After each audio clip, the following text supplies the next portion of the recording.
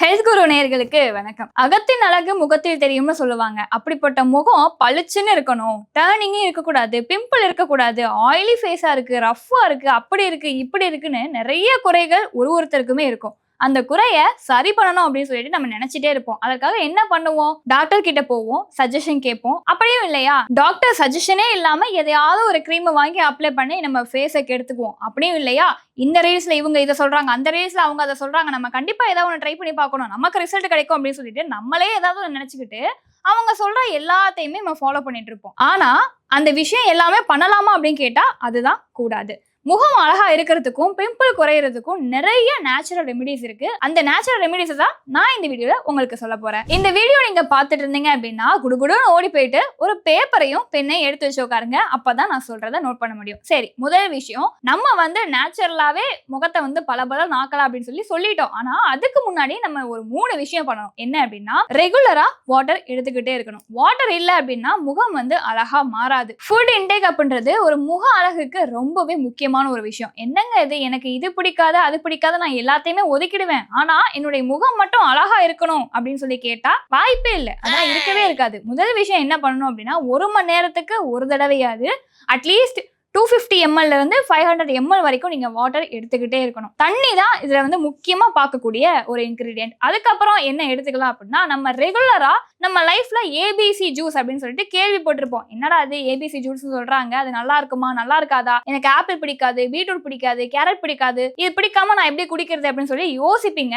ஆனா குடிச்சுதான் ஆகணும். ABC juice வாரத்துல ஒரு 2 தடவை எடுத்துக்கணும். அப்படியும் இல்லையா, எனக்கு ஏபிசி ஜூஸ் பிடிக்கலங்க, இதுவும் வேண்டாம், எனக்கு வேற ஃப்ரூட்ஸ் சொல்லுங்க அப்படின்னு சொல்லி கேட்டீங்க அப்படின்னா 3 ஃப்ரூட்ஸ் இருக்கு. என்னென்னா, குக்கும்பர் எடுத்துக்கலாம், ஆரஞ்சு எடுத்துக்கலாம், பைனாப்பிள் எடுத்துக்கலாம். இது 3மே நீங்க ஃபுட் இன்டேக்கா எடுத்துட்டு வந்தீங்க அப்படின்னா உங்க ஃபேஸ் க்ளோவை நீங்களே பார்க்க முடியும். நான் இதை சாப்பிடதான் செய்யறேன், எனக்கு ஃபேஸ் க்ளோ ஆகவே இல்லை அப்படின்னு உங்களுக்குள்ள ஒரு கேள்வி இருந்துச்சு அப்படின்னா, நீங்க எத்தனை தடவை சாப்பிட்றீங்க அப்படின்றதையும் நீங்க கால்குலேட் பண்ணுங்க. ஒரு தடவை சாப்பிட்டுட்டு நான் ஒரு தடவை சாப்பிட்டேங்க எனக்கு ஆக மாட்டுது அப்படின்னா சொல்லக்கூடாது. ஃபேஸ் க்ளோ அப்படின்றது நேச்சுரலா வரணும் அப்படின்னா அது கண்டிப்பா டைம் எடுக்கும். நான் இந்த கிரீம் போட்டேன் உடனே எனக்கு ரிசல்ட் வரணும் அப்படின்னா எந்த ஒரு விஷயத்திலுமே ரிசல்ட் உடனே கிடைக்காது. சரி, இப்போ ஒரு 3 விஷயம் சொல்லிட்டோம். வாட்டர் எடுத்துக்கணும், அதுக்கப்புறமா ஏபிசி ஜூஸ் வாரத்துல 2 தடவை எடுத்துக்கணும், அதுக்கப்புறமா உங்களுக்கு பிடிச்ச ஃப்ரூட் எதுனாலும் சாப்பிடலாம். ஆனா பிரதானமா சொல்லக்கூடிய இந்த 3 ஃப்ரூட்ஸ் எடுத்துக்கிட்டீங்க அப்படின்னா ஃபேஸ் க்ளோக்கு ரொம்ப யூஸ்ஃபுல்லா இருக்கும். இதை தாண்டி இன்னும் நிறைய கேள்விகள் வரும். ஜங்க் ஃபுட்ஸ் எடுத்துக்கலாமா, நான்வெஜ் அதிகமா சாப்பிடலாமா அப்படின்ற கேள்விகளும் இருக்கும்.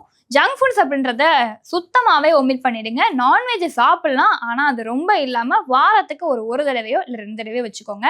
நான் இப்போவும் மறுபடியும் சொல்கிறேன், வாட்டர் அப்படின்றது ரொம்ப முக்கியமான விஷயம். ஏன்னா வயிற்றுல ரொம்ப புண்ணு இருந்தது அப்படின்னா அதோட ரிஃப்ளெக்ஷன் நமக்கு ஃபேஸில் தான் காமிக்கும். இப்போ வயிற்றுல புண்ணு அதிகமாக இருந்தது அப்படின்னா முகத்தில் அதிகமாக பிம்பிள் வரும், தேமல் வரும், இல்லைன்னா ரொம்ப ரஃப் ஆகும், ட்ரை ஆகும். இந்த மாதிரி விஷயங்கள்லாம் வர்றதுக்கான முக்கிய காரணம் என்ன அப்படின்னா, நம்ம வயிற்றை சுத்தமாக வச்சுக்காம இருக்கிறது தான் இதுக்கு முக்கிய காரணம். நீங்கள் வாட்டர் மட்டும் எடுத்துக்கிட்டீங்க அப்படின்னா உங்களுடைய வயிறும் கிளீன் ஆயிடும், அந்த வாட்டர் மூலமா முகமும் நல்லா பளபளன்னு இருக்கும். சரி, இது இன்டேக்கா சொல்லிட்டோம். அடுத்து ஃபுட் இன்டேக் அப்படின்றதுக்கு ஒரு ஐடியா கொடுத்துட்டோம். இப்போ நேச்சுரல் பேக் என்னென்ன யூஸ் பண்ணலாம் அப்படின்றத பார்ப்போம். இப்போ நான் சொல்ல போற பேக் எல்லாமே நீங்க தூங்கும் போது யூஸ் பண்ணிட்டு காலைல எழுந்த உடனே வாஷ் பண்ணிடும். அப்படி இல்லையா, நைட்டு தூங்கும் போது போட்டுட்டு ஒரு 1/4 மணி நேரம் 20 நிமிஷத்துல வாஷ் பண்ணாலும் அது சரியா தான் போகும். அதுக்கு முன்னாடி நீங்க அனலைஸ் பண்ண வேண்டிய ஒரு விஷயம் என்னன்னா, உங்களுடைய ஸ்கின் டைப் என்ன அப்படின்றத தெரிஞ்சுக்கணும். இப்போ ஒரு சில பேருக்கு ஆயில் ஃபேஸா இருக்கும், ஒரு சில பேருக்கு ரஃப்பா இருக்கும், ஒரு சில பேருக்கு ஆயில் ஃபேஸும் ரஃப் ஃபேஸும் சேர்ந்த மாதிரி இருக்கும். ஸோ இந்த மாதிரி ஸ்கின் டைப் இருந்தது அப்படின்னா உங்களுடைய ஸ்கின் டைப் என்னன்றதை தெரிஞ்சுட்டு அதுக்கப்புறம் தான் இந்த பேக் யூஸ் பண்ணலாமா யூஸ் பண்ணக்கூடாதா அப்படின்றத நீங்க கண்டுபிடிக்கணும். உங்களோட ஸ்கின் டைப் ஆயில் ஃபேஸா இருந்தது அப்படின்னா நீங்க ஹனியோட சேர்த்து பச்சை பயிர் மாவு யூஸ் பண்ணலாம்.